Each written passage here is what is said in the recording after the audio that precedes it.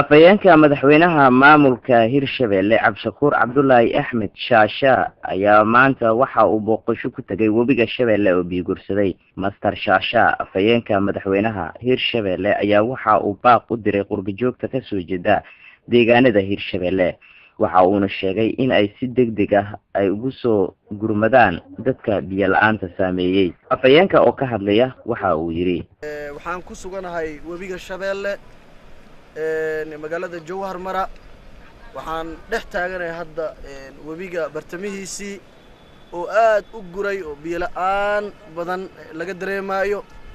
Ilaahay subhanahu wa ta'ala waxaan weydiisanaynaa inuu biyo na siiyo nimcada eebbe inuu Ilaahay na siiyo abaaraha ummadda Soomaaliyeed haysta oo dalka qaybihiisa inta badan ka jirana Ilaahay uu ka qaado.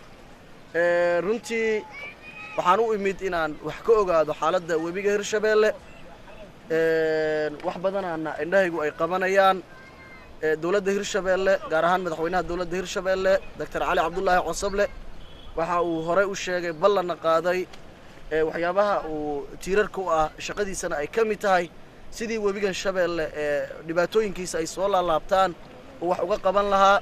waad ogtiin webiga markuu roob badan da'ana fatahaadu sameeya dadku dhibaato u geystaa marka roobabku yaraadaan biyo yari u dhaliya. marka insha Allah wax badan laga qaban doonaa jaaliyada reer Hirshabelle ee Soomaaliyeed ee ku nool dunida waxaan leeyahay waana dadkiina ogaataan waana caawisaan ummadda Soomaaliyeed ee markaas abaaruhu ay saameeyeen.